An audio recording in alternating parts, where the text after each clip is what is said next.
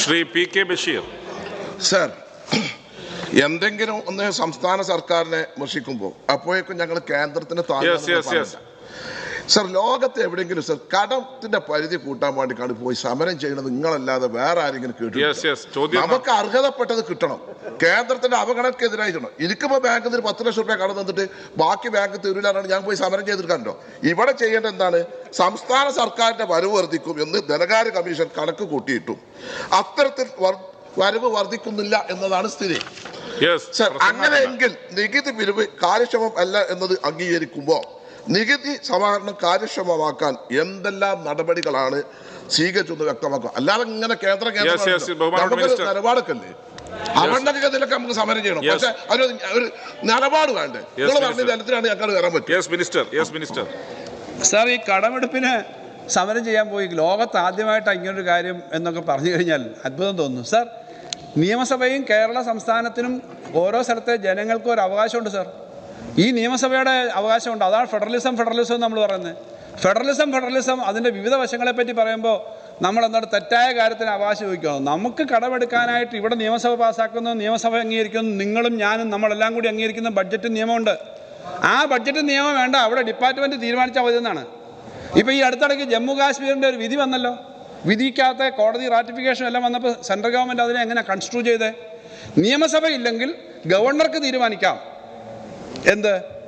വളരെ ഇമ്പോർട്ടൻ്റ് ആയിട്ടുള്ള ഈ സ്റ്റേറ്റിന് അവിടുത്തെ അസംബ്ലി സീറ്റുകൾ തുടങ്ങിയ കാര്യങ്ങൾ പോലും വെച്ചാൽ ഡെമോക്രസിയിൽ അവിടുത്തെ അസംബ്ലി സീറ്റുകൾ റിസർവേഷൻ തുടങ്ങിയ കാര്യങ്ങളെ സംബന്ധിച്ചൊക്കെ ഇടയ്ക്ക് വിവാദം വന്നല്ലോ. 3 ഭാഗമായിട്ട് തിരിക്കുമെന്നൊക്കെ പറഞ്ഞ ജമ്മു കാശ്മീരിലെ ഇഷ്യൂ. അതിനകത്ത് ഏറ്റവും ഒടുവിലായിട്ട് വന്നേക്കുന്ന ആ വിധിയിൽ നിയമസഭയുടെ അവകാശം വേണമെങ്കിൽ ഗവർണറിലേക്ക് കൊടുക്കാവുന്ന നിലയിലേക്ക് കൺസ്ട്രൂ ചെയ്തിരിക്കുന്നു എന്നുള്ളതാണ് ഏറ്റവും ലേറ്റസ്റ്റ് ഇഷ്യൂ. അത് അവിടുത്തെ കാര്യമാണ്. ഇനി ഇപ്പം ആ ഗവർണർ കേൾക്കാൽ ഇവിടെ നമ്മളൊരു കാര്യം ഇവിടുത്തെ ഒരു തൽക്കാല കാര്യം എത്ര ഈ ഇപ്പോൾ നടക്കുന്ന സ്ഥിതി വെച്ചിട്ടൊന്നുമല്ല, എന്തും ചെയ്യാൻ തയ്യാറാവുന്ന തരത്തിലേക്ക് ഭരണകൂടത്തെ ഉപയോഗിക്കുന്നു എന്നുള്ളതാണ് പ്രശ്നം.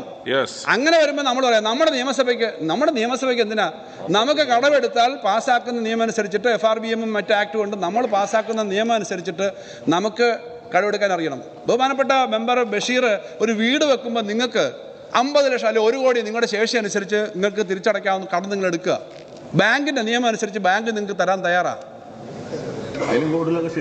ശേഷി 1 കോടിയല്ല 10-50 കോടി ഉണ്ടാവും. ഞാൻ പറഞ്ഞത് അങ്ങനെ തരാൻ തയ്യാറാവുമ്പോൾ അത് തരണ്ട എന്ന് നിങ്ങളുടെ വീട്ടിലെ അല്ലാത്ത നിങ്ങളുടെ ഒരു വേറൊരാൾ പറഞ്ഞു കഴിഞ്ഞാൽ, വേറൊരാളല്ല നിങ്ങളുടെ ഏതൊരു ബന്ധു ആയിക്കോട്ടെ, നിങ്ങൾക്ക് എടുക്കാനേ പാടില്ല. ഞാൻ പറഞ്ഞു അങ്ങനെ നോക്കണം സാർ. 1 കോടി രൂപയുടെ ഒരു വീട് വെക്കാൻ അദ്ദേഹത്തിന് അടയ്ക്കാൻ പവേഴ്സ് ഉണ്ട്. ബാങ്ക് തരാനും തയ്യാറാണ്. സാർ, ബാങ്ക് തരാൻ തയ്യാറാണ്. ഇവിടെ ആ കാര്യം സംസ്ഥാനത്തിൻ്റെ അവകാശം. കടമെടുക്കുന്നു എന്ന് പറഞ്ഞു കഴിഞ്ഞാൽ ലോകത്തെ ഏറ്റവും തെറ്റ് ചെയ്യാനാണോ? സംസ്ഥാന ഗവൺമെൻറ് ഏതാ കടമെടുത്ത് തെറ്റാക്കിയിട്ടുള്ളത്? ഇവിടെ അങ്ങ് പറഞ്ഞെന്താ? ഇവിടെ അങ്ങ് പറഞ്ഞെന്താ? ഇങ്ങനെ കമന്റ്സിനെ ഇഗ്നോർ ചെയ്യാൻ പ്ലീസ്. ചോദ്യത്തിന് മാത്രം ഉത്തരം പറഞ്ഞാൽ മതി. ചോദ്യം അങ്ങ് പറഞ്ഞത് ഞാനത് പറഞ്ഞു, കടമെടുക്കാനായിട്ട് ലോകത്ത് ആദ്യമായിട്ട് സമരം ചെയ്തേ. അതെ, ഇനിയും സമരം ചെയ്യും. ഫെഡറലിസം ഈ സംസ്ഥാനത്തിന്റെ അവകാശം ചോദ്യം ചെയ്താൽ ഇനിയും സമരം ചെയ്യും. ഇനിയും സമരം ചെയ്യണമെന്നാണ് എൻ്റെ അഭിപ്രായം.